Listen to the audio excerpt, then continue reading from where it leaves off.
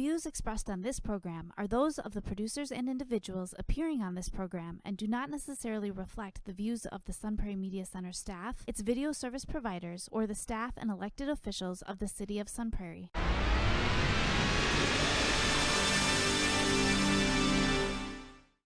Hello and welcome to Real Reviews. My name is Jamison Rabbit, and this week I'm so happy to be joined by the host of Sun Prairie News. You know him, you love him. It's Dan Presser. Hello, sir. Hi, how you doing? It's good to be back. It's great to have you back. Well, thank you. Appreciate it. I'm Get glad to, you asked me back. Get to talk some movies. Well, you passed the first test a few weeks good. ago. Well, now the bar is high Yes, for me, I guess. yes. Well, this time the movies were not quite as exciting for me. Yeah? Yeah. Well, we'll get into that. Yeah. We'll figure this out as we go along. So I'm going to get us started with what we have on the marquee this week. The first film we have is a film called Copshop from director Joe Carnahan. It is a film about one man who purposely gets himself thrown into a small Nevada jail in order to protect himself from those who are after him. Unfortunately, one of the guys who's after him has the same plan. And what we end up with is a young female rookie cop who is trying to figure out who these two men are and why they are here. It stars Frank Grillo as Teddy Moretto. He is our con man who has ripped off some ne'er-do-wells who are very well connected, and they are not very happy, so he gets himself thrown into a jail. And that is when Bob Vidic, played by Gerard Butler, shows up as the hitman who's there to take Teddy out. That's his only mission. The majority of this film kind of features these two dangerous men in separate cells in a police station where they don't have any lights apparently in this police station. Everything is so dark in this movie. It's unreal. Like dark blue, everything. Everything. Like. Yeah, the whole movie felt that way to me. It was like, I very can't see. weird. Very weird. There's a lot of things. I mean, I think this is a police station that's kind of just run by the worst police force in America. Right. They're all incompetent right. or crooked. And it's in the middle of nowhere, apparently, yeah. too. I think that was part of a choice. I think that was a style choice. Sure. But because we have events happen, and you have to be real far from anything because nobody else shows up to help. Right. Right. Somebody gets hurt. We can't. There's no paramedics around. There's a nothing. psychopath who comes in, and nobody knows about this guy. I mean, like all of the criminals were in that jail, in that police station at that time. So there was no crime going on anywhere else. No, it's all taken care of. It's all in there. It's all taken care of. We also have this rookie cop, Valerie Young, played by Alexis Louder. And it's her job trying to figure out what's going on, try and sort out if any of these guys can be trusted. And we find out that Teddy and Vidic have a past, and Vidic he just wants to get his job done and go home. He just wants to kill Teddy and go home. And he's creative about it. And Young is trying to kind of figure everything out. And then enter the psychopath Tony Lamb, played by Toby Huss. That was a great line when Gerard Butler, earlier in the film, Teddy says to him, you're a psychopath. And then the real psychopath shows up and goes, that's a psychopath. The entrance of Anthony Lamb, or Tony Lamb, his entrance into the movie had me legitimately laughing out loud. He was good in the psychopathic way. Yeah. So, I mean, he kind of made the movie start moving for me to some extent. I like their wisecracking back and forth, too, a little bit. Yeah. I kind of wanted the Tony Lamb movie. Yes. Like, let me know more about this guy. What's he been up to? And he kind of like an unlikely, crazy psychopath guy. He's wearing he looked like a dad. Yeah, absolutely. He's a dad psychopath, you know, Yeah. and he comes in and he just, he's licking the window and stuff like that and shooting up everything. I mean, that's what's always amazing about movies like this is they use way more ammunition than they really need to do the job that they're there to do. And his job was just basically to cause chaos and try to kill people. But it was... I mean, that's typical of this type of movie. And I'll say, I have a soft spot for terrible movies like this. Yeah, a B movie for sure. Yeah, I mean, you got cops and robbers, you got dirty cops, you have to have a rookie cop at some point, all the obvious characters, lots of logic gaps, Oh, yeah. all these things. And, I mean, there's a dirty cop you know immediately who it is because it's the cop who's like nervously looking around and sweating profusely. Right. Like, okay, well, this is going to come into play real soon. What was his name again? Oh, I can't remember. They kept yelling his name too. I know, they yelled it through the whole movie. I didn't put it in my notes. I know, me neither. It felt a little bit like a cowboy show at times, too. Just because they're in the jail cells kind of talking to each other, go back and forth. And that just, maybe it's because I had watched the other movie with Clint Eastwood. Yeah, that was kind of a cowboy show, and I was putting that all together. And she had her antique gun that was kind of like a cowboy gun. So, yeah. I actually kind of surprisingly enjoyed that a majority of this movie is really spent with the main three characters just kind of sitting on the floor talking. Right, yeah. Like, I did not expect that. I thought this was going to be a big, dumb shoot-it-up. And it did. Like, Gerard Butler's just sitting there talking. Normally, I know what I'm getting from a Gerard Butler role. Right. And it was a little more subdued. I agree. Which I kind of enjoyed. And that was for about an hour. It was just kind of like talking. And then, of course, you get your action after that hour, which, honestly, I liked that, but again, it kind of started to move for me when the Psycho came in, when Lamb came in. Yeah, I was enjoying right up to when Lamb came in and his entrance into the movie, but I felt like it got real stupid in the final 30 After minutes. that, it was very cliche and kind of very. Yeah, it got real stupid. It's like they were setting up. It seemed to me like they were setting up the next one. Like there's going to be a sequel somehow. Yeah. What did you? Go ahead. They I like the character of Young, the rookie cop. Like I thought Alexis Louder was good in that role, but it got just out of control towards the end, and we got slow motion and CGI fire going on. Right. And there was only 2 women in that whole movie. Yeah. Her and the detective. Right, the head, yeah. Which was interesting, and she's like the only woman in that whole town, it seemed like. Yeah, so, it was interesting. Well, because we're in the jail the whole time. Right. Yeah. And it was also highly stylized in some ways, too. You know, obviously we talked about they're kind of in the middle of the nowhere. And I'm always amazed when I watch these police things, like how nice the police stations are in some of these places. And I've never really been to a police station that looks as good as they do in TV and in film, you know. It's just, but that's just one of those things like maybe if you actually turn the lights on in the station, well, there you go. See, like, oh, actually, this is you could see grimy. better that way. Yeah. Copshop. Curious what you ended up giving this. You know, I gave it a 3, but again, probably leaning towards 2.5. To me, it was. I don't know that I'd recommend it unless you like shoot 'em up kind of movies, because, like you said, the beginning was interesting, an interesting character study, and it started to move. And I think a lot of people are going to this kind of movie because they want to see the shoot 'em up kind of movie.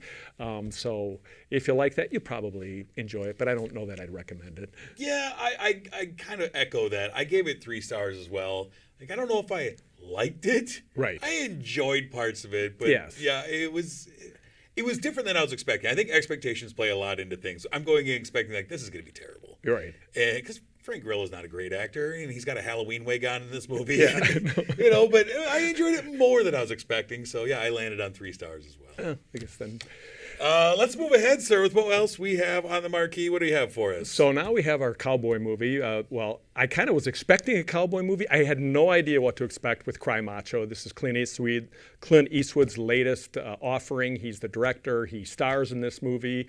And it's kind of your typical old guy meets young boy, and they go on the road, and they have this wonderful relationship that develops, and what happens to them along the way. Clint Eastwood is an ex-rodeo guy who has been raising horses for Howard, who's Dwight Yoakam, who honestly I did not care for his performance at all in this.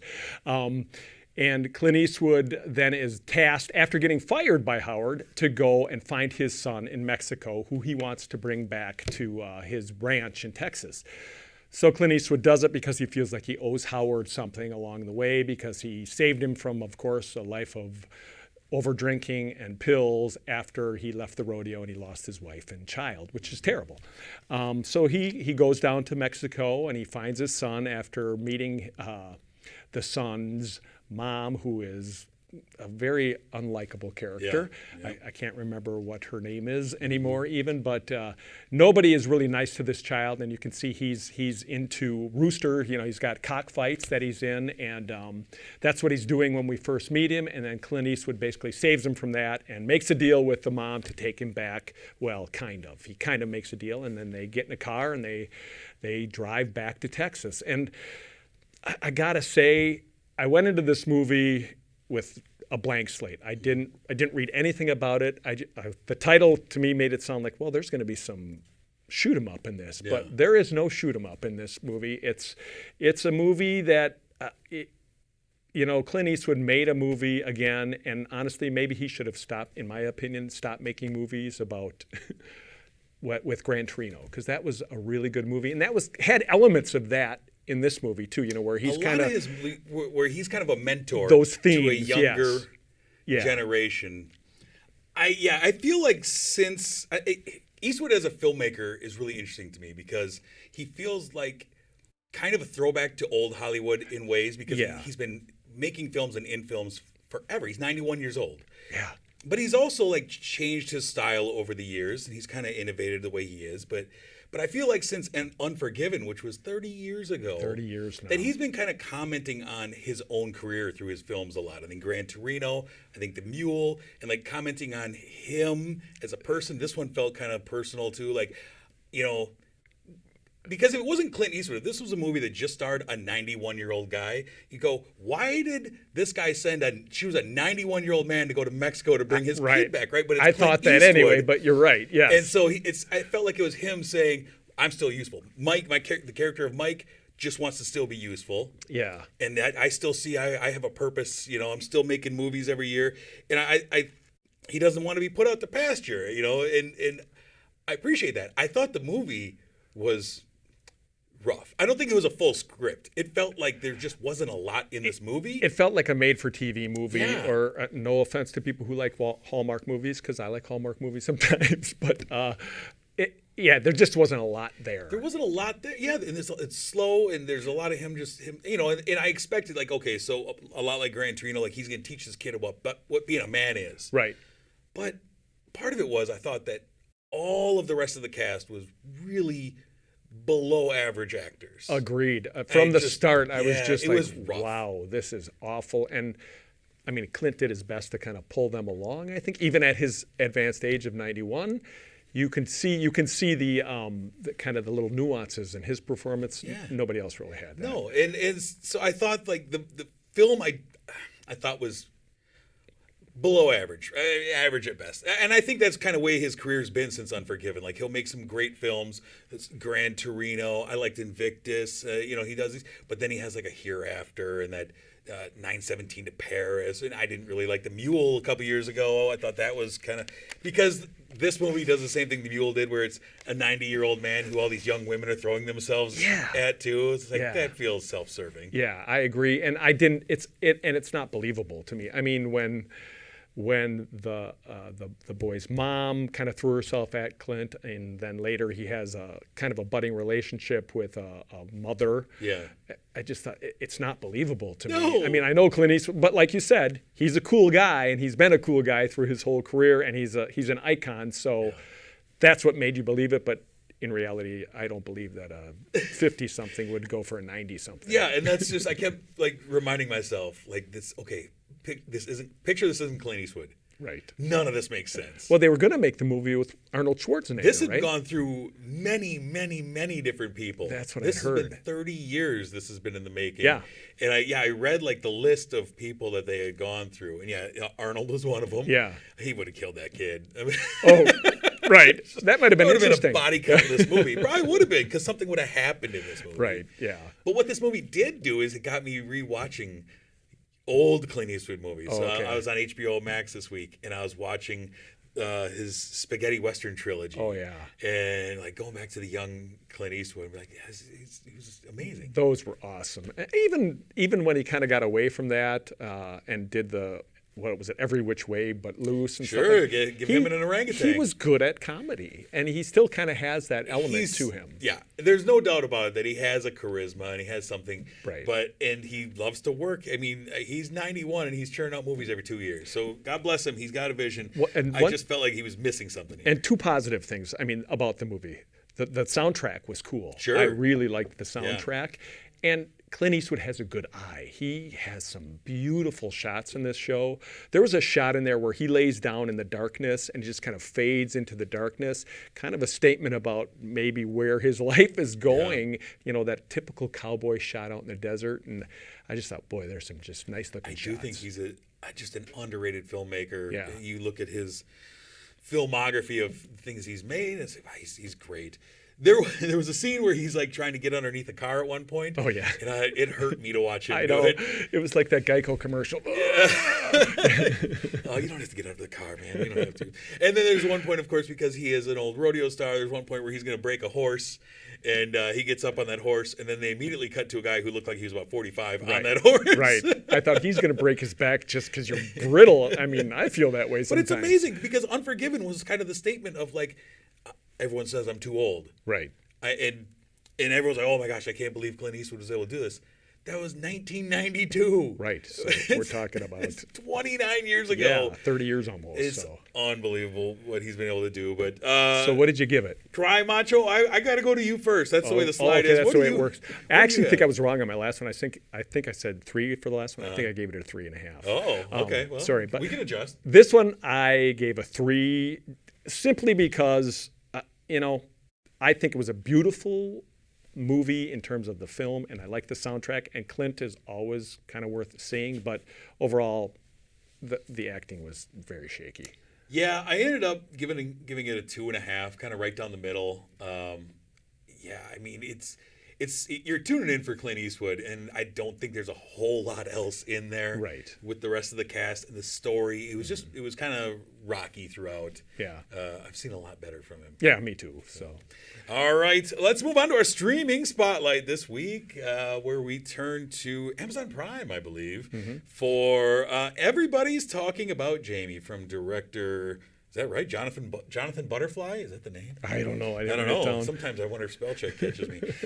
Regardless, this is a film that is based on the smash hit musical of the same name. It is the story of Jamie New, a 16-year-old British teen who doesn't feel like he fits in. Jamie New is played by Max Harwood. We see him early on. He's drawn to a pair of ruby high heels, and with the help of a very supportive mom and supportive friends, he discovers his passion. He at first just kind of wants to dress in women's clothes until he meets a man named Hugo, played by Richard E. Grant. He owns a women's clothing shop, and Hugo gives him some words of empowerment that, look, a guy in a dress, that's just, he gets laughed at. But a drag queen terrifies people. Right, and they're warriors. Yes. They get out and it's the confidence and the fierceness and the lack of fear that goes with being a drag queen. And so one of the things I love is we get this great number from Richard E. Grant reminiscing about the 70s and 80s drag and queer scene. And he was like the ultimate drag queen, Loco Chanel. He was the bomb. Yes. Yeah. And we see this great, it looks like vintage footage of the 70s, 80s, and 80s, like underground scene, and it's him singing this song that feels very much of that era. And he knows Freddie Mercury from Queen. You see the things he went through, and the AIDS crisis and the protests and days that were hard but very rewarding. Yeah. And I dug that moment a lot. That was one of my favorite parts of the movie, I think. Because, well, first of all, I love documentaries, so that kind of felt documentary to me. Yeah. And I thought Richard Grant's performance was outstanding. I love him. He was fantastic. The minute he showed up in the movie, I was like, this is a good movie. I like it. Yeah, I agree. We see this more supportive community that's involved. We kind of go on this journey with Jamie as he really discovers himself. He's in school. This translates to some actions at school where he wants to attend prom. This is kind of all centered around, like any great teen movie. Right. It's got to center around a prom or a dance of some sort. He wants to attend prom in drag, and he has a teacher specifically. Mrs. Hedge doesn't want that. No, she's not having that. Is it Miss Hedge? Miss Hedge. Yeah, she is not having that. But he has a very loving and supportive mom and a father who's very ashamed. Right. But I love the things that his mom does to hide that from Jamie. That's a great relationship, and they develop it really nicely, I think, in this movie. And of course, her mom's got a best friend who's also very supportive. But yeah, I agree. I like that relationship, and I do love the things that she does. Although sometimes that feels like, come on, we know where this is going. You always know where it's going. I mean, it's kind of a musical theater. It is. It's a musical theater, so you kind of know where things are going to go. Right. Yeah. Yeah, I was very surprised. I knew nothing about this. I had never heard of this musical before. Yeah. I was kind of doing a little research. Apparently this was a huge smash hit overseas. Big hit, yeah. Did not know that. Took them a long time to get it actually to the screen, though, too, because of COVID. Right. And I really liked the music in this show, and the production numbers were well done, too, I thought. They really were. And this Max Harwood kid who played Jamie New or Me. Yeah. I really liked him. I believed him. Me too. I believed his whole performance. Very talented. Very talented. And his friend, Lauren Patel, plays Pretty, who is a girl who's of a Muslim background, and she's also kind of an outcast in their school. And she's supportive, and she basically spurs him forward to do what he needs to do to become himself. And, it's one of those kind of coming who you want to be movies that at the end of it you feel pretty good. I thought it was great. I thought the Harwood he kind of portrayed that sweetness and kind of naivete at points, but then really got that strength, and you could see it come out in the way he walked, and I dug it. Now I thought that there were some things like this. We mentioned the school administration, that whole thing, a little too on the nose for me. Yeah. I've seen this movie so many times. It's like, no, not on my watch. Very much like Grease in some ways. Yeah. The weak principal and the teacher who's pushing him around. Yeah, okay, I've seen this. But I was totally drawn into this movie. And there was a movie that came out, I believe, last year that kind of danced around similar subject matter, another musical. It was called The Prom, which a girl wants to take her girlfriend to prom, and they say, no, you can't do it, Didn't blah, blah. see it, yeah. And James Corden and Meryl Streep and Nicole Kidman come swooping in. They're I did see that. a theater company, and they come swooping in to save the day for them. And I really did not care for that movie. I stopped watching that movie. I mean, it's got James Corden right away. I'm struggling because I'm not a big fan. He's not one of yours. But that story I didn't believe. This one I was drawn into. Yeah, me too, from the beginning. And I think you're right. Max Howard, is it Max Howard? Yeah, Harwood. His charisma kind of pulls you in right away, and you're interested. He's a very interesting character right away. And again, where it's shot in England, Sheffield, I think, beautiful scenery again. I always see those kind of movies, and I'm like, I want to go to that place. I want to see that place because they just had great vistas and some kind of had a little bit of grittiness to it too. So I was like, for a musical, sometimes it's jarring when you're watching a musical. Suddenly they start singing and there's a big production number, but it seemed to flow well, and it wasn't like watching an Elvis movie where suddenly he's singing, "I'm going to win this race." It felt good. No, that came out of nowhere. Right? Yeah. Sorry. No, you're absolutely right. No, and it didn't feel like they're on sets because a lot of times you can tell this is obviously a stage. I can see that this is basically a stage musical that they kind of put some cameras in front of, and I dug it quite a bit. Curious what you end up giving everybody. Everybody's talking about Jamie? I'm wishing I would have given it a higher score now because I gave it a 3. Now you're giving it a 2? Oh, okay. I gave it a 3, but now I'm thinking it should have been a 3.5 at least because I like this movie much better than Cop Shop. But I think I was really entertained by Cop Shop. But don't apologize for your scores. Yeah, you're own right. Them. I shouldn't. Own them. I'm going to own this. I'll get you your ruby heels and you stand up and own these scores. I'm going to leaning towards a 3.5. Okay. Yeah, and I gave it a 3.5, I believe, as well. Really enjoyable. It's one that I would recommend. It's worth it. It's over on Amazon Prime. Yeah, check it out. It's easy to watch, especially if you have Amazon Prime. Absolutely. Yeah. Let's take a moment here, though, to take a look back at some films. Yeah, we got a flashback. This week, our movie Throwback is brought to you by Dan here. You selected a movie. What do we have? Well, I selected Notorious. It's one of Alfred Hitchcock's seminal films really from 1946.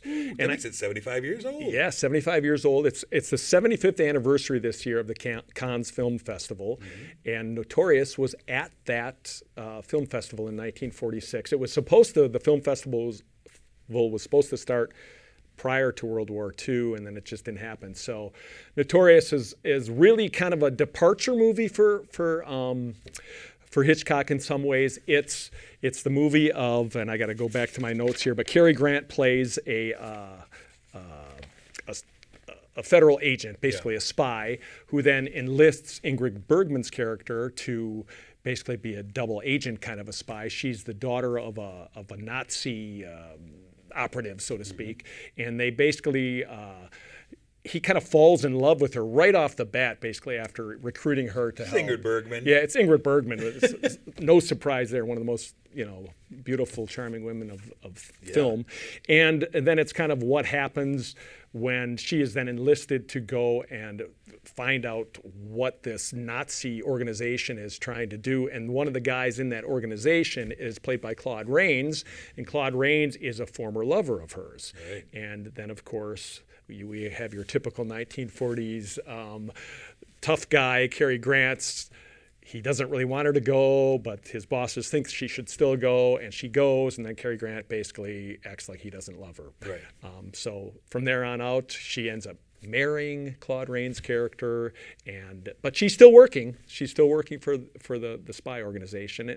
It's a great movie. It's kind of I said it's a departure for Hitchcock because up until then, I don't think he really did a lot of love story movies, and this is like a love triangle, so to speak. It really is. And he's the king of suspense. They always call is that the master of suspense, Alfred Hitchcock, and it's actually kind of a story, I think, that introduces uranium as like this dangerous substance, which nobody back in the 40s knew what uranium was. Right. Of course, they started making it before the end of World War II, and of course, then they dropped the atomic bombs. And so at the time, I believe Hitchcock was under investigation because of what do you know about this uranium stuff? Yeah, but it's a great movie. It's got great performances. Yeah. You listed that cast.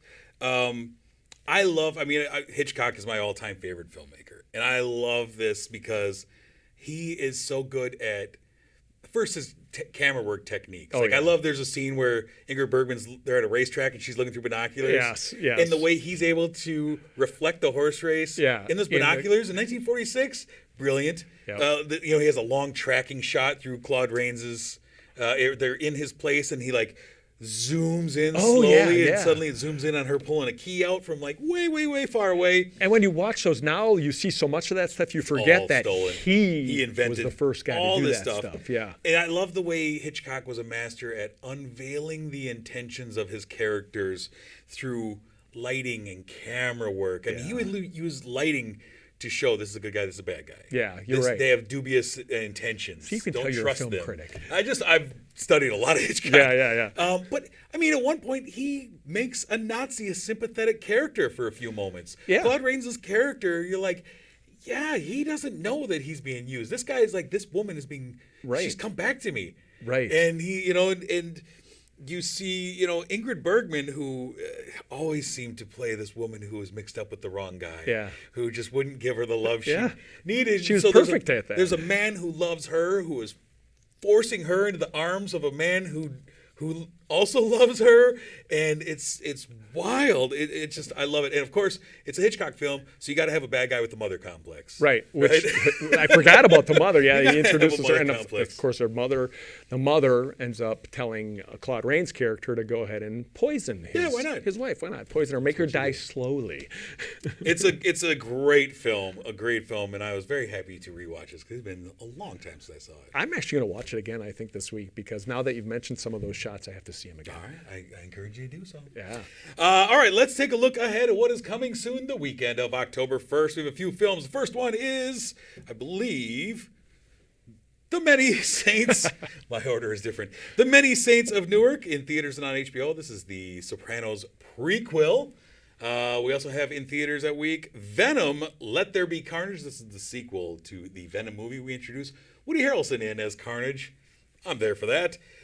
We also have a film called The Addams Family 2, a sequel to the animated Addams Family movie. And lastly, we have over on Netflix a film called The Guilty, which is a crime drama from Antoine Fuqua starring Jake Gyllenhaal and Ethan Hawke. That sounds good to me. I like all those names. Those are the films that will be coming out October 1st. We want to thank our sponsor, Marcus Theaters, the Palace here in Sun Prairie. Thank you for sponsoring this program. We always appreciate that. We love us some Dream Loungers. Next week, I'm going to be talking about films like Dear Evan Hansen, Mad Woman's Ball, Nicolas Cage's Pig, and The Starling, among other things. I'm going to be joined by Steve Sabaki for that one. Hope you tune in for that. Dan, always a pleasure having you here. Always a pleasure to be here, and thanks for asking me. Check Dan out over on the Sun Prairie News program to find out everything that's happening here in this area. But until next week, I'm Jamison. And I am Dan. Thanks for watching. Thanks.